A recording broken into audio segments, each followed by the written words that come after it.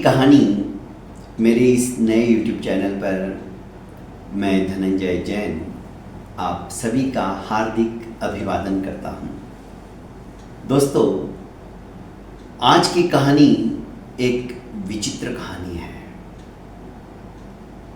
सम्राट विक्रमादित्य, जिनकी ख्याति दिगंत के अंदर फैली हुई थी, आज उनकी भी बुद्धिमत्ता की कसौटी का अंतिम चरण था।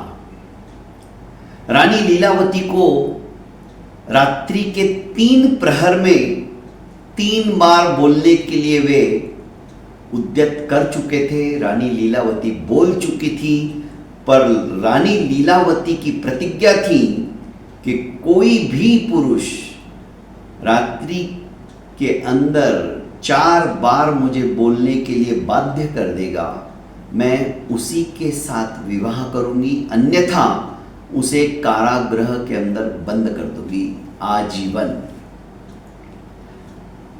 महाराज विक्रमादित्य 3 बार सफल हो चुके थे। रात्रि का अंतिम प्रहर शुरू होने से पूर्व महाराज विक्रमादित्य सोचने लगे, यदि थोड़ा सा भी प्रमाद हो गया, सूर्योदय के पूर्व यदि मैंने रानी को 4थी बार नहीं बुलवा दिया, तो जीती हुई बाजी मैं हार जाऊंगा।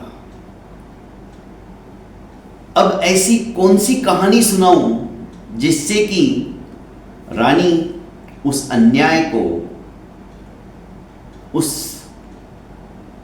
अनीति को, उस सवाल को सहन नहीं कर पाए जो कि वेताल जवाब दे रहा है, और रानी स्वयं सत्य क्या होना चाहिए, न्याय क्या होता है, उसके ऊपर वो बोल उठे। महाराज विक्रमादित्य सोचने में मग्न थे।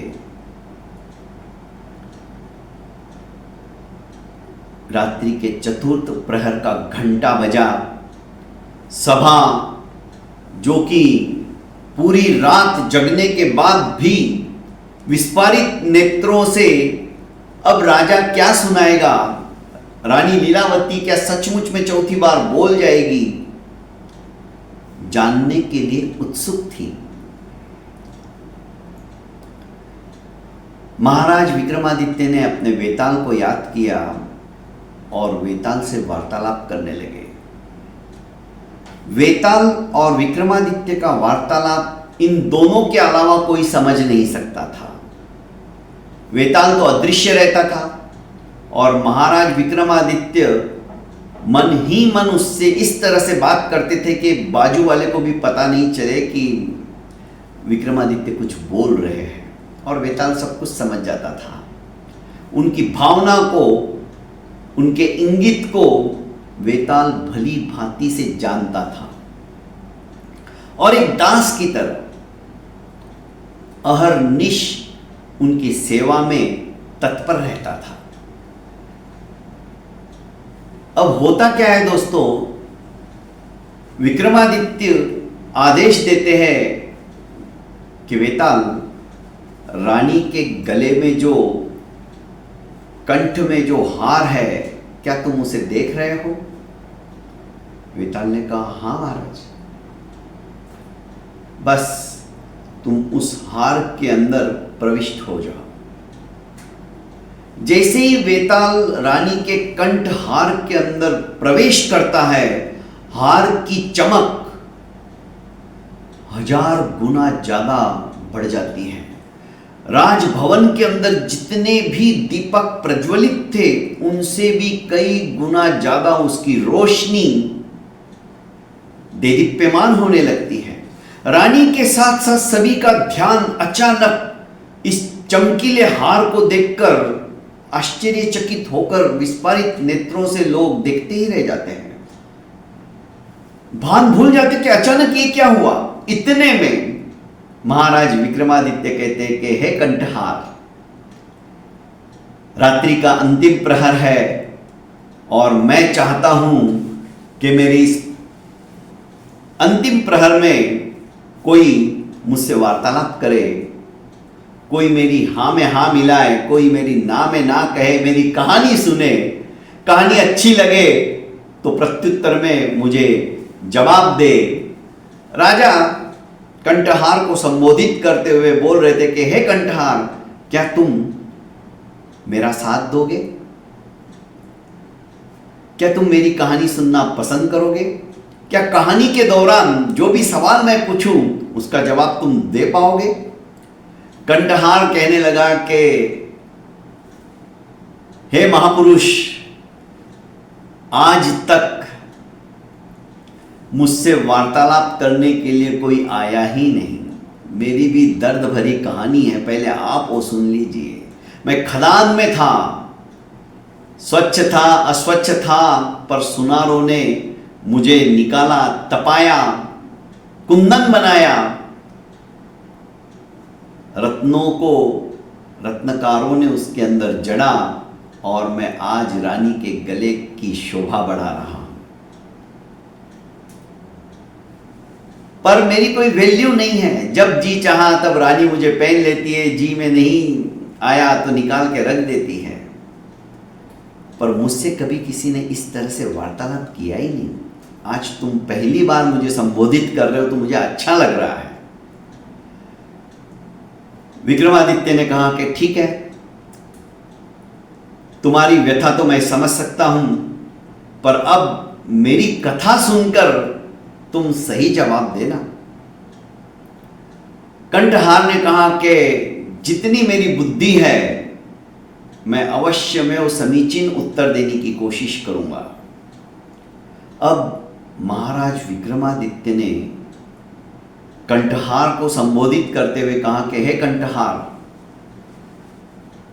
एक नगर के अंदर दो परिवार जो कि समकक्ष के थे, एक ही जाति के थे, धनाढ्य थे, पर दोनों विपरीत दिशा में रहते थे। एक पूरब में रहता था तो दूसरा पश्चिम में रहता था, पर दोनों के अंदर प्रगाढ़ मित्रता थी। संयोग और भाग्य दोनों के घर एक ही समय, एक ही तिथि पर, एक ही मुहूर्त में पुत्र रत्न की प्राप्ति होती है। दोनों पुत्रों को जन्म देते हैं। अब धीरे धीरे दोनों के बच्चे भी बड़े होने लगते हैं, एक साथ एक ही स्कूल में जाने लगते हैं। दोनों की मित्रता जैसे इन दोनों की मित्रता थी, इनके माता पिता की, इनके परिवार की, ठीक इसी तरह से इन दोनों बच्चों के अंदर मैत्री भाव दिन पर दिन सुदृढ़ होता चला गया। प्रगाढ़ता के अंदर इनकी मित्रता परिणित हो गई। लोग इनकी मित्रता का उदाहरण देते थे कि वाह क्या मित्रता है, मित्रता हो तो ऐसी हो। दोनों साथ में खेलते थे, साथ में बैठते थे, साथ में पढ़ाई करते थे। एक दिन नगर के बाहर जब वे 8वीं 9वीं कक्षा में थे तब नगर के बाहर गए दोनों की दोनों मित्र दोस्त बच्चे और मिट्टी के घरौंदे बनाकर खेलने लगे। कब समय व्यतीत हो गया पता ही नहीं चला। सूर्य अस्त होने को आ गया। दोनों के घर वाले परेशान हो चुके थे कि कहां गए, और इनको भी जब समय का ध्यान आया तो सोचने लगे आज तो घर पे बुरी तरह से डांट पड़ेगी। पर ये लोग, इनके माता पिता घर पे पहुंचने के पहले ही ये बच्चे, उनके माता पिता ही नदी किनारे आ गए और दोनों को बुरी तरह से डांटा कि तुम्हें समय का तक भान नहीं रहता है, आज के बाद तुम्हारे को एक दूसरे को मिलने ही नहीं दिया जाएगा। और घर के अंदर लाने के बाद दोनों के माता पिता ने उनको शिक्षा दी, कठोर शिक्षा दी। 8-10 दिन तक ये दोनों बच्चे आपस में मिल नहीं पाए, उद्विग्न से रहने लगे, खाना नहीं खाते थे। आखिर दया आ गई माता पिता को और कहा कि ठीक है तुम मिलोगे पर समय का ख्याल रखोगे, इतनी देर तक बाहर नहीं घूमोगे। दोनों बच्चे बड़े खुश हो गए। समय दोस्तों फटाफट पंख लग जाते हैं जैसे समय को, और फुर करके उड़ता चला जाता है। समय कब निकल गया पता ही नहीं चला, और दोनों युवावस्था की दहलीज के ऊपर उन्होंने अपने चरण रख दिए। दोनों मित्र आपस में एक दिन ऐसे ही वार्तालाप कर रहे थे, विविध विषयों के ऊपर वे चर्चा करते रहते थे। एक दिन पूर्व दिशा में रहने वाले मित्र ने कहा कि तुम्हारे पिता मेरे पिता है, तुम्हारी माता मेरी माता जैसी है, तुम्हारी बहन मेरी बहन जैसी है। पश्चिम दिशा के मित्र ने कहा इसमें कोई दो राय है क्या? जैसे मैं तुम्हारे माता पिता का आदर करता हूं, सम्मान करता हूं, वैसे तुम भी करते हो। मैं भी उन्हें अपने पिता तुल्य ही समझता हूं। ये तो बात सही है दोस्त, पर आगे का सवाल मेरा यह है, तुम्हारी पत्नी मेरी पत्नी जैसी होनी चाहिए और मेरी पत्नी तुम्हारी पत्नी जैसी। जब हमारा विवाह होगा तो वो भेद भी हम मिटा देंगे। पश्चिम दिशा के मित्र ने कहा तुम सटिया गए हो क्या? पागल हो गए हो? भला पत्नी का दायरा क्या होता है? दायरा क्या होता है? पत्नी की अपनी एक सीमा रेखा होती है। पति पत्नी को कोई दुनिया की ताकत अलग नहीं कर सकती है। ये रिश्ता तुम कैसे जोड़ रहे हो? नहीं मित्र, मैं कुछ नहीं जानता। मेरा तो यही मानना है कि हम दोनों के बीच में अब दूरियां समाप्त हो जानी चाहिए। तुम्हारी पत्नी को मैं अपनी पत्नी जैसा समझूंगा और मेरी पत्नी को तुम अपनी पत्नी जैसा समझना। पूर्व दिशा के दोस्त की बात सुनकर पश्चिम दिशा वाला मित्र ने कहा कि हे मित्र, तुम गलत बोल रहे हो। आज तो तुमने ये बात मेरे सामने कह दी, कल उठकर किसी और के सामने मत कहना, नहीं तो तुम्हारी हंसी उड़ाएंगे। कैसी तुम मूर्खतापूर्ण बातें कर रहे हो। हमारे घर वालों को भी यदि ये बात पता चल गई कि हम दोनों के बीच में इस तरह की कोई बात हुई है तो वे बड़े नाराज होंगे। उसने कहा मुझे किसी से कुछ लेना देना नहीं, अभी हम स्वयं समझदार हो गए हैं, पर हमारी मित्रता के अंदर मैं अब कोई दूरी बनाए नहीं रखना चाहता हूं। इसलिए दोस्त, मैं वचन देता हूं आज की तारीख में, यदि मेरा विवाह पहला हुआ, पहली बार मैंने विवाह किया तुमसे भी, तो मेरी पत्नी पहली रात तुम्हारे पास आएगी। तुम कैसी प्रतिज्ञा कर रहे हो? मैं इस प्रतिज्ञा को नहीं मानता हूं। तुम अभी भावावेश में आकर ये सारी प्रतिज्ञा कर रहे हो। पश्चिम दिशा के मित्र ने बहुत समझाने की कोशिश की, पर ये मानने को तैयार नहीं। तुम वचन दो या मत दो, तुम प्रतिज्ञा करो या मत करो, पर मैं सच्चा दोस्त हूं और मुझे आज पता चल गया कि तुम सच्चे दोस्त नहीं हो। अरे इतनी सी बात के लिए तुम इसे इतनी सी बात कहते हो? पश्चिम दिशा में रहने वाले मित्र ने कहा यह इतनी सी बात नहीं है, यह शास्त्र संगत नहीं है, यह नीति संगत नहीं है, यह न्याय संगत भी नहीं है। तुम मूर्खतापूर्ण बात कर रहे हो। मुझे कुछ मालूम नहीं।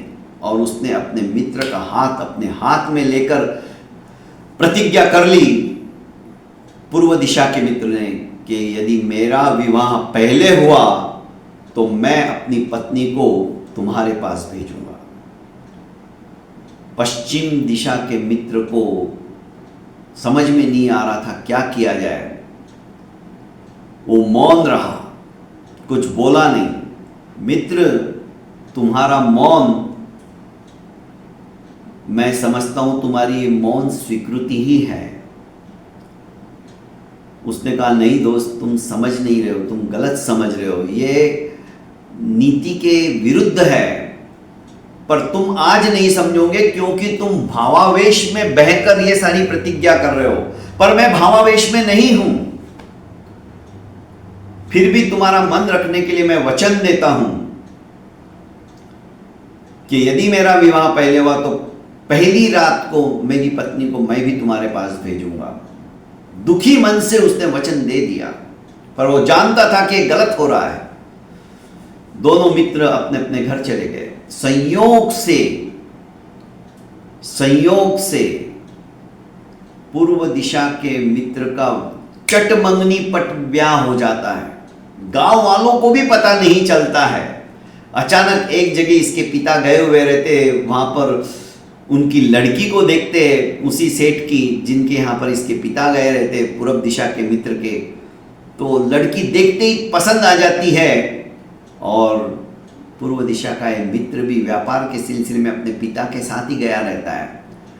तो ये भी देखता है, तो इनका विवाह संपन्न कर दिया जाता है। ज़्यादा दूर नहीं था वो नगर। ये शाम को वापस अपने घर पे आ जाते हैं। एक ही दिन में सब कुछ हो गया। जबकि जहां पर इस पूर्व दिशा के मित्र का विवाह होता है, इसके पिता और लड़की के पिता वे भी बचपन के मित्र थे, एक दूसरे के स्वभाव को जानते थे। तो विवाह करने में कोई किसी को आपत्ति भी नहीं थी। बस बातों बातों में ही उस दिन से कहावत चरितार्थ हो गई। ये चटमंगनी पट ब्याह। घर पे आए, इस मित्र को पता ही नहीं है पश्चिम दिशा वाले को कि उसके मित्र का विवाह हो गया। पर जैसे ही सुहाग रात का, रात्रि का समय हो गया, सायंकाल के समय सब मेहमान वगैरह आए गए, शादी का माहौल धूमधाम से 2-3 दिन बाद में रिसेप्शन, आज की भाषा में कहते हैं, वो देने का प्लान था। मित्र का रूम भी सजाया गया, मतलब अपने बेटे का। पर ये पश्चिम दिशा वाला मित्र परेशान था, टेंशन में था कि अब क्या किया जाए। विवाह के बाद पति और पत्नी की ये जो मिलन की रात होती है ना, ये अविस्मरणीय होती है। पत्नी सुख शैया के ऊपर बैठी इंतजार कर रही कि पति अब आएंगे, मनुहार भरी 2 बातें करेंगे, अपने सुख दुख की बातें करेंगे, चर्चा करेंगे और उसी के आधार पर हमारे भविष्य का निर्माण होगा। ये सारे सपने हर एक नववधू अपने मन में संजोए रखती है। पर यहां तो बात ही कुछ और थी। उसका पति सुनसान एक सिंहासन जैसे बने हुए पीठासन के ऊपर बैठा हुआ था और गहन चिंतन में था। पत्नी ने सोचा, लगता है पति बहुत ज्यादा चिंताशील है, मुझे ही लज्जा त्याग कर पूछना चाहिए कि बात क्या है। पत्नी आती है और कहती है, स्वामी क्या बात है? क्या मैं सुंदर नहीं हूं? क्या आप मुझे पसंद नहीं करते? क्या आपके मर्जी के बिना ये विवाह हो गया है? क्या मेरे पिता ने जितना दहेज देना चाहिए था विवाह में उतना नहीं दिया है? क्या कारण है? आप इस तरह से परेशान क्यों हो, चिंतातुर क्यों हो? एक साथ कई सवाल लड़की ने पूछ लिए। उसने कहा, नहीं नहीं, तुम अपेक्षाकृत सुंदर हो। जैसा मैंने सोचा था उससे कई गुना तुम अच्छी हो। तुम्हारे पिताजी ने भी जितनी अपेक्षा थी उससे कई गुना ज्यादा दहेज में धन दिया है। फिर स्वामी बात क्या है? आप इस तरह से परेशान क्यों? मेरी परेशानी का कारण मैं तुम्हें बता भी नहीं सकता हूं और नहीं बताऊंगा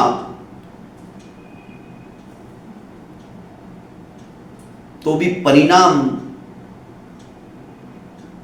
हल नहीं होने वाला है, समस्या का समाधान नहीं हो पाएगा। तो स्वामी बताइए ना। गुप्त से गुप्त बात भी अपनी पत्नी से नहीं छुपानी चाहिए। हाँ, यदि बात नहीं बताने से समस्या का समाधान होता है तो बेशक आप मुझे कुछ मत बताइए, पर उस समस्या को जानकर यदि मैं समस्या का निराकरण कर सकती हूं तो मुझे जरूर बताइए। पति ने कहा कि देखो, भावावेश में आकर उस दिन मैंने क्यों प्रतिज्ञा कर ली, जबकि मैंने उसे बहुत समझाया था, पर वो समझ नहीं पाया था और योगानुयोग मेरा विवाह पहले हो गया। पत्नी बोली, आप क्या बोल रहे हो? मैं कुछ समझी नहीं। तब शुरू से लेकर अंत तक अपने मित्र की दास्तां अपनी पत्नी को इस पश्चिम दिशा के मित्र ने कह सुनाई। मैंने उस दिन वचन दे दिया कि ठीक है, यदि मेरा विवाह पहले हुआ तो पहली रात मिलन की वो तुम्हारे साथ बिताएगी। मुझे आत्मग्लानि हो रही है, मैं परेशान हूं, और ये प्रतिज्ञा यदि मैं पूरी नहीं कर पाया, मैं वचन नहीं निभा पाया, तो सवेरे मुझे आत्महत्या कर लेनी पड़ेगी, क्योंकि मैंने वचन दिया है।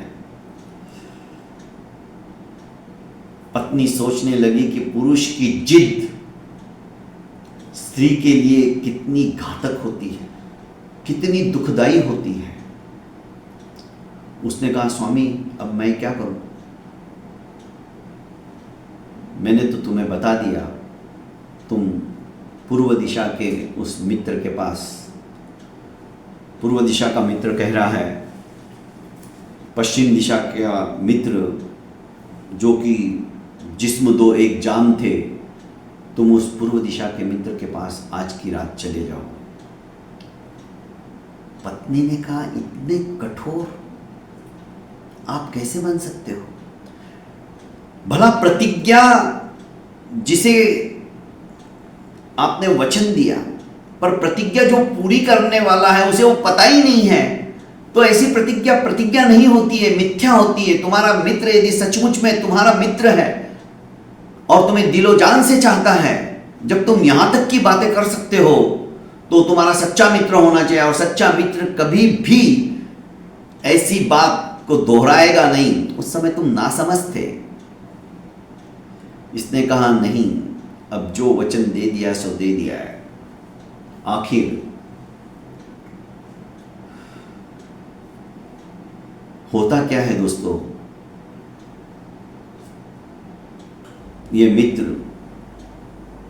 रोने से लगता है, कोई बात नहीं, तुम नहीं जाना चाहती हो तो मत जाओ, पर दूसरे दिन मैं आत्महत्या कर लूंगा। इसने कहा, स्वामी मुझे एक बात का और जवाब दो। मैं आपके वचनों की खातिर और विधवा होने से बचने के लिए मैं आपको ऐसे मरने नहीं दूंगी, और विधवा बन के मैं नहीं रहूंगी। मैं जाती हूं आपके मित्र के पास, पर यदि आपके मित्र ने मेरे साथ कुछ गलत किया तो भी आप मुझे स्वीकार कर लोगे? अब ये चुप रहा, कुछ बोला नहीं। सपोज मैं पवित्र बनकर वापस लौटी तो आप मेरा विश्वास कर लोगे? इस बार भी ये चुप रहा, कुछ बोला नहीं। नियति में क्या लिखा है कोई नहीं जानता, इसीलिए कहा है ना, स्त्रियश्चरित्रम पुरुषस्य भाग्यम देवो न जानाति कुतः मनुष्य। स्त्री के चरित्र को कोई नहीं जानता है। विधि के विधान में क्या लिखा है शायद मुझे भी मालूम नहीं। खैर, अब होता क्या है, ये आरती की थाली सजाती है, दिया जलाती है, और 2-3 राखियां उसके अंदर रख लेती है। वैसे ही परिधान में, दुल्हन के वेश में ही वो पूछती है, कहाँ रहते तुम्हारे मित्र? तो ये कहता है कि पूर्व दिशा के अंदर। अब पूर्व दिशा की तरफ ये चल पड़ती है। जैसे ये घर से, बंगले से बाहर निकलती है, पश्चिम दिशा का यह जो मित्र भावावेश में वचन दे चुका था, सोचता है कि अनर्थ हो जाएगा, मैं कैसा पति हूं। खैर, जो है सो है। अभी वो एक खड्ग लेता है और अपनी पत्नी की सुरक्षा के लिए और देखने के लिए कि सचमुच में अब क्या होता है, मेरी पत्नी सचमुच में पतिव्रता है, क्या मेरा मित्र मित्रता निभाने लायक है या नहीं, वो देखने के लिए खड्ग लेकर चोरी छुपके, बिना इसे मालूम पड़े, ये इसको एहसास भी नहीं होता है कि कोई मेरा पीछा कर रहा है, और ये इसका पीछा करता हुआ चलने लगता है।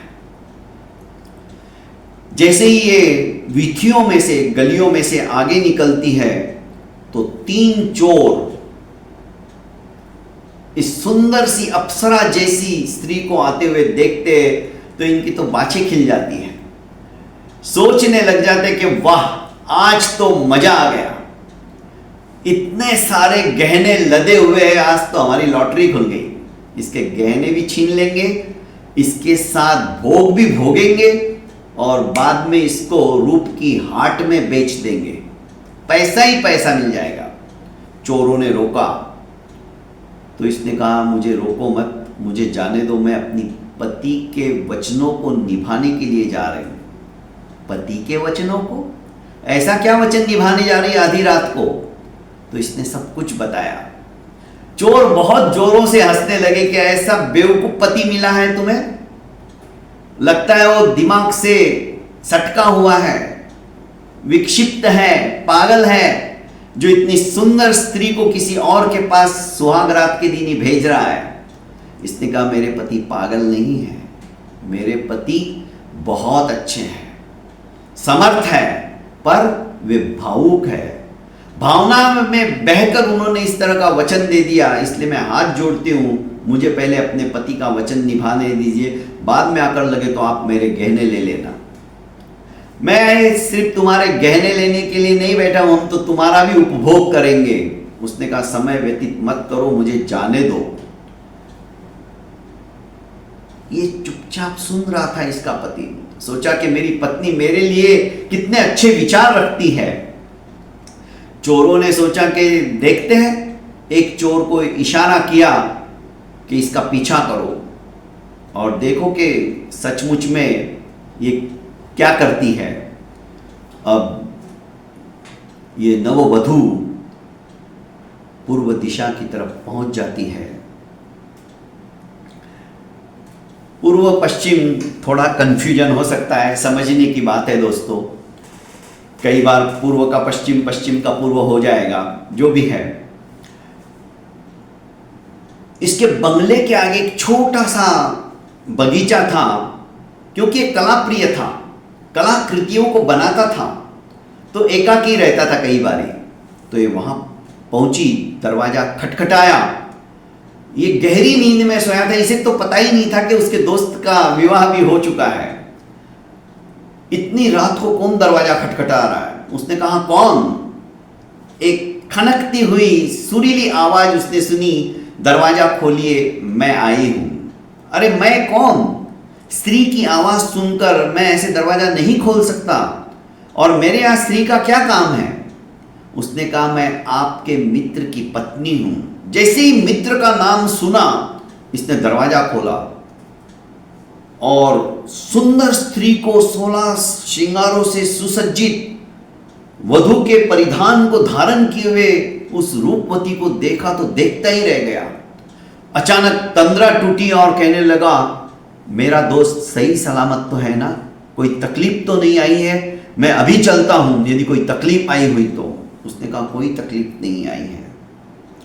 आपके दोस्त ने जो प्रतिज्ञा ली थी आपके साथ में, उसी की पूर्तता करने के लिए उन्होंने मुझे आपके पास भेजा है। आज ही हमारा विवाह हुआ है, और आज की पहली रात उन्होंने कहा कि तुम मेरे मित्र के पास चली जाओ। तो मैं अभागन यहां पर आई। अचानक उसे याद आया कि हमने ऐसी कोई प्रतिज्ञा की थी। वो तो भूल ही गया था, क्योंकि उसके कई वर्षों बाद विवाह हुआ था। खैर, अपनी मित्र की पत्नी को आजमाने के लिए उसने कहा कि तुम्हारा क्या विचार है? उसने कहा, मुझ अभागन का क्या विचार रहेगा? मैं तो उनके वचनों को निभाने के लिए यहां आई हूं, और स्त्री की इज्जत ही उसका सबसे बड़ा धन होता है। पर ये तुम लोगों ने क्या प्रतिज्ञा की मुझे भी पता नहीं, और उसकी सजा मुझे दी जा रही है। चुपचाप इसका पति बाहर से इन दोनों का वार्तालाप सुन रहा था। मैं कितनी अभागन हूं, आज मेरा विवाह हुआ और मैं किसी और पुरुष के पास आई हूं, इससे बढ़कर और लज्जा की क्या बात होगी। वो रोने सी लगी। इसने कहा, बहन रो मत। मित्र तो वो होता है जो दुखों को दूर करने के लिए समर्थ बने। जो मित्र को दुख के अंदर डाले वो मित्र मित्र नहीं होता है। हमने तो भावावेश में वो प्रतिज्ञा ले ली, मैंने ही उसे उकसाया था और मैं तो भूल ही गया उसने मुझे समझाने के बाद। और उस दिन भावावेश में आकर ही उसने मुझसे वचन दिया था, जबकि उसका मन नहीं था। बोले जा रहा था, पर अब विलंब हो गया है, काफी रात हो गई है, तुम यहां से वापस चली जाओ। पर मेरे पति क्या मुझे इस तरह से स्वीकारेंगे? तुम गंगा की तरफ पवित्र हो। मैं तुम्हारे साथ इस समय आ सकता था, पर आधी रात हो गई है और मैं तुम्हारे साथ आऊंगा तो किसी ने देख लिया तो गलत उंगली उठाएंगे, इसलिए तुम जैसी आई हो वैसी चले जाओ। सवेरे मैं खुद आकर बधाई भी दूंगा और तुम्हारी पवित्रता की गाथा भी सुनाऊंगा। कोई बात नहीं भैया, पर कम से कम राखी तो बांध लो। और उसने हाथ आगे किया और राखी बांध ली।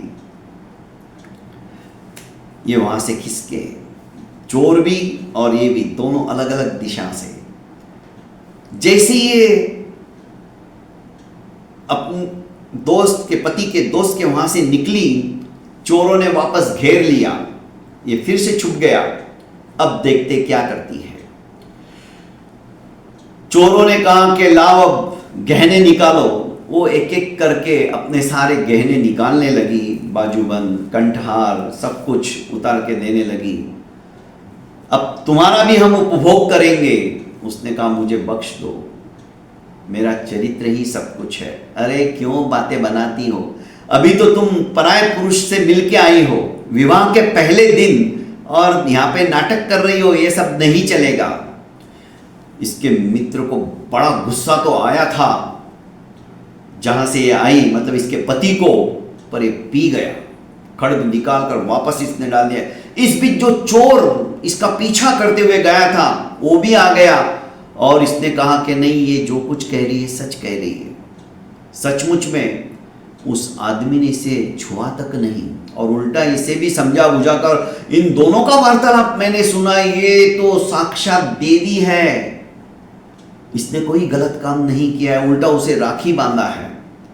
चोर सोचने लगे कि जिसके पास ये गई थी उस आदमी का इतना बड़ा त्याग। हम तो चोर हैं, हमारा तो कोई आज तक हमने जिंदगी में त्याग ही नहीं किया। हमें भी इस महिला का गलत नहीं करना चाहिए, महिला के साथ में कुछ दुर्व्यवहार नहीं करना चाहिए। उन्होंने कहा, देवी माफ कर दीजिए। उसने कहा, ठीक है, ये गहने रहने दीजिए, मैं जा रही हूं। नहीं नहीं, ये गहने भी आप लो, हम भी तुम्हारे भाई, हमारा कोई बहन नहीं है, हमें भी ये राखियां बांध दो। और तीनों चोरों को इस देवी ने राखियां बांध दिया और कहा कि आज से तुम मेरे सच्चे भाई और हर रक्षाबंधन के दिन तुम मेरे यहां जरूर आना। वहां से रवाना होने लगी। इसका पति पहले ही आकर घर पे पहुंच गया और सुख शैया के ऊपर ऐसे नाटक कर रहा है जैसे गहरी नींद में हो। ये आई और कहने लगी, स्वामी मैं आ गई हूं, उठो। ये तो गहरी नींद में सोने का नाटक कर रहा था। इसने आखिर हाथ लगाया, स्वामी आप कैसे गहरी नींद में सो सकते हो? भला ऐसा कौन सा, किस पत्थर के बने हो? पहली रात है हमारे विवाह की और उसमें भी आपने मुझे किसी और के पास भेज दिया और आप निश्चिंत होकर सो रहे हो। इसने कहा, निश्चिंत होकर सो नहीं तो क्या अपनी तबीयत खराब करूं? परिणाम तो मैं जानता ही था। अब इसे थोड़ा गुस्सा आ गया। क्या परिणाम जानते थे? यही कि तुम दोनों एकाकी हो, जवान हो, बस आगे एक शब्द मत बोलना। इसकी पत्नी ने कहा, तुम्हारा मित्र साक्षात देवता जैसा है और मैंने भी अपना शील खंडित नहीं होने दिया है। इसने कहा, तुम स्पष्टीकरण क्यों दे रही हो? मैंने स्वयं ने तुम्हें भेजा था, मैं जानता हूं वहां पे क्या होने वाला है। मैंने तो तुम्हें स्पष्टीकरण देने के लिए नहीं कहा। फिर तुम क्यों अपना स्पष्टीकरण दे रही हो? बस अब एक शब्द आगे मत कहना। तुम पति होने लायक भी नहीं हो। पहली बात तो तुमने प्रतिज्ञा करके मुझे वहां भेजा, दूसरी बात तुमने अपने उस देवता जैसे मित्र के ऊपर शंका की, तीसरी बात मुझ जैसी पतिव्रता नारी के ऊपर तुमने उंगली उठाई। इससे तो अब मर जाना अच्छा। उसने अपने पति के पास जो खड्ग था वो उठा लिया। अब इसने सोचा कि मामला हाथ से बाहर निकल जाएगा। उसने कहा, नहीं प्रिय, रुको, अनर्थ मत करो। मैं साक्षी हूं तुम्हारी पतिव्रता का, तुम्हारे शील का। तुम सचमुच में महान हो। तुम्हारे तो चरणों की रज भी मैं ललाट पे लगा लूं तो भी कम होगी। मैं सौभाग्यशाली हूं तुम्हें पाकर। तुम्हारी जैसी पत्नी मुझे मिली है। ये तारीफों के पुल बांधे जा रहा था। मैं साक्षी हूं। मैं तुम्हारे पीछे पीछे, जब मुझे पश्चाताप हुआ कि मैंने क्या प्रतिज्ञा कर ली, भावावेश में आकर मुझे नहीं करनी चाहिए थी, मैंने जैसे दोस्त को समझा था और मैं अड़िग रहता तो शायद मैं प्रतिज्ञा नहीं करता, तो आज इस तरह से तुम्हें नहीं भेज पाता। पर जैसे ही मुझे अपनी गलती का भान हुआ, प्रतिज्ञा तोड़ देता तो भी चलता, यह एहसास हुआ, मैं खड्ग लेकर तुम्हारा पीछे पीछे आता रहा। चोरों की बात, उसके बाद में मेरे दोस्त ने तुम्हें क्या क्या कहा, वो शब्द आज अभी तक मेरे कानों में गूंज रहे। वो सवेरे आने ही वाला है। उस दोस्त को पाकर भी मैं धन्य हो गया हूं। ऐसा दोस्त दुनिया में नहीं मिलेगा। छोड़ो, एक दुखद स्वप्न की तरह इस बात को भूल जाओ प्रिय। अभी से, इस ब्रह्म मुहूर्त से ही हम अच्छी जिंदगी की शुरुआत करते हैं, नई जिंदगी की शुरुआत करते हैं। और दोनों एक दूसरे के आलिंगबद्ध हो गए। अब विक्रमादित्य ने कंठहार से पूछा कि हे कंठहार, अब मेरे सवाल का जवाब सही सही देना। प्रतिज्ञा लेकर इसके पति ने अपनी प्रतिज्ञा के कारण से अपना वचन निभाया, इसलिए ये श्रेष्ठ है, सबसे बड़ा त्यागी है, या फिर वो चोर, वो श्रेष्ठ है जिन्होंने आती हुई लक्ष्मी को बिना कुछ मेहनत किए, उनको तो लक्ष्मी भी मिल रही है और उसका उपभोग करने का साधन भी मिल रहा है, उनका त्याग बड़ा है, उन्होंने छोड़ दिया, या उस मित्र का त्याग बड़ा है। तीनों में से कौन श्रेष्ठ, किसका त्याग बड़ा है? कंठहार ने कहा कि हे भद्र पुरुष, तुमने तो सचमुच में मुझे दुविधा में डाल दिया, पर सच कहूं तो उन चोरों का त्याग सबसे श्रेष्ठ त्याग है, क्योंकि उनका काम ही लूट मार खसोटना, दूसरे की इज्जत लूटना, दूसरे का धन संपदा लूटना, उसके ऊपर चोरी करने के बाद, डाका डालने के बाद सामने वाले का क्या होने वाला है उन्हें कोई उसकी चिंता नहीं। ऐसी स्थिति में बिना मेहनत की एक लक्ष्मी जैसी सुंदर अप्सरा सी उनके सामने आ रही है, गहने लदे हुए हैं, वो चाहते तो ले लेते, लूट लेते, उसका उपभोग भी करते स्त्री का, और उसे बेच भी सकते थे, पर उन्होंने ऐसा नहीं किया। उनका मन परिवर्तित हुआ। उनका त्याग सर्वश्रेष्ठ त्याग है। इतना कहकर हार कंठ से, हार के अंदर जो छुपे हुए वेताल जी थे निकले और विक्रमादित्य के पास चुपचाप आके बैठे। जैसे ही वेताल निकला, कंठ निकाला, रानी ने तोड़ा और दूर फेंक दिया। ये झूठ बोलता है, ये कंठहार झूठ बोलता है। इतना बोलना ही था तो विक्रमादित्य समझ गए मैं जीत गया हूं। विक्रमादित्य ने कहा, हे न्याय प्रिया, इस तरह से गुस्सा करना ठीक नहीं। कंठहार को तुमने इतनी दूर फेंक दिया तो न्याय करो। सचमुच में किसका त्याग श्रेष्ठ है आप बताओ। सारी प्रजा भी सुनने के लिए इच्छुक है और मैं भी सुनने के लिए इच्छुक हूं। रानी लीलावती ने कहा कि कंठहार झूठ बोल रहा है। सचमुच में यदि देखा जाए तो तीनों का त्याग श्रेष्ठ है। इसने वचन निभाने के खातिर, नहीं तो कौन अपनी पत्नी को पराये पुरुष के पास भेज देगा, उसका भी त्याग श्रेष्ठ है। चोरों का त्याग भी श्रेष्ठ है, पर सबसे ज्यादा त्याग श्रेष्ठ है तो उस दोस्त का। जबकि वो दोस्त चाहता था कि उसकी पहली पत्नी विवाह होने के बाद पहली सुहाग रात तो उसके साथ मनाए, उसी ने संकल्पना की थी, पर सचमुच में उसका त्याग देखा जाए तो उसने अपने दोस्त की दोस्ती को निभाने के लिए बहुत बड़ा बलिदान दिया। उसने इसे बहन माना। यह सर्वश्रेष्ठ त्याग, क्योंकि इसने सिर्फ उसी के लिए भेजा था और वचन पूर्ति करना भी उसका काम था, पर एक लोक मर्यादा उसको भी जीवंत रखने के लिए, दोनों परिवार के अंदर जो संस्कारों के बीजारोपण किए गए थे, उन संस्कारों को अक्षुण्ण बनाए रखने के लिए उसने जो त्याग किया वो सर्वश्रेष्ठ त्याग था। उसका त्याग देखकर चोरों के मन में परिवर्तन आया, नहीं तो चोर तो पहले ही लूटने के लिए तैयार हो गए थे। तो ये परिवर्तन की कहानी यदि सचमुच में देखा जाए तो उस मित्र के कारण से हुई है, जिसका मन पहले उद्विग्न था, जो कह रहा था कि मेरे पिता तुम्हारे पिता जैसे है, तुम्हारी माता मेरी माँ जैसी है, तुम्हारी बहन मेरी बहन जैसी है, तो तुम्हारी पत्नी भी मेरी पत्नी जैसी होनी चाहिए। जो ऐसी भावना रखने वाला, भावावेश में उसने उसके पति को भी मजबूर कर दिया था, पर विवाह होने के पश्चात जब उसकी पत्नी उसके सामने आती है तो उसने अपने आप को चेंज कर लिया और अपनी भाभी जैसी मां को भी नतमस्तक होकर कहा कि नहीं, मेरे मित्र ने गलत किया है, तुम वापस जाओ, सवेरे आकर तुम्हारे शील की अखंडता की गवाही मैं दूंगा, तुम गंगा की तरह पवित्र रहना। ये त्याग सबसे बड़ा त्याग है।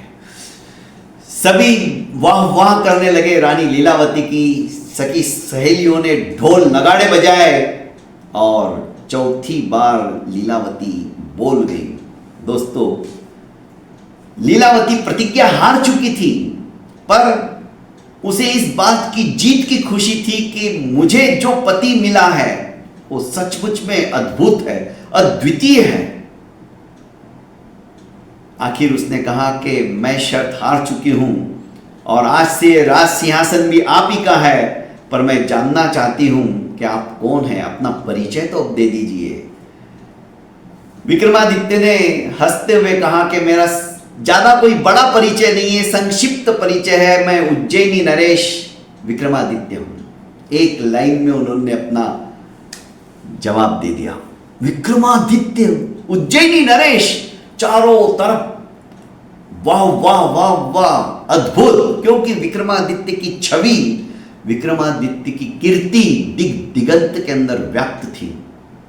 दोस्तों, ऐसे विक्रमादित्य जो हमारे भारत भूमि के रत्न थे, आज उनकी यह कहानी समाप्त होती है। 4 एपिसोड के अंदर हमने चारों अलग अलग करके ये कहानी आपके सामने रखी। दोस्तों, ऐसी ही हजारों कहानियाँ आपको इस YouTube चैनल के ऊपर सुनने के लिए मिलने वाली है, तो आप ज़्यादा से ज़्यादा चैनल को लाइक कीजिए, सब्सक्राइब कीजिए, कमेंट बॉक्स के अंदर अपना अभिमत जरूर अभिव्यक्त कीजिए और ज़्यादा से ज़्यादा अपनों को शेयर कीजिए। प्रणाम।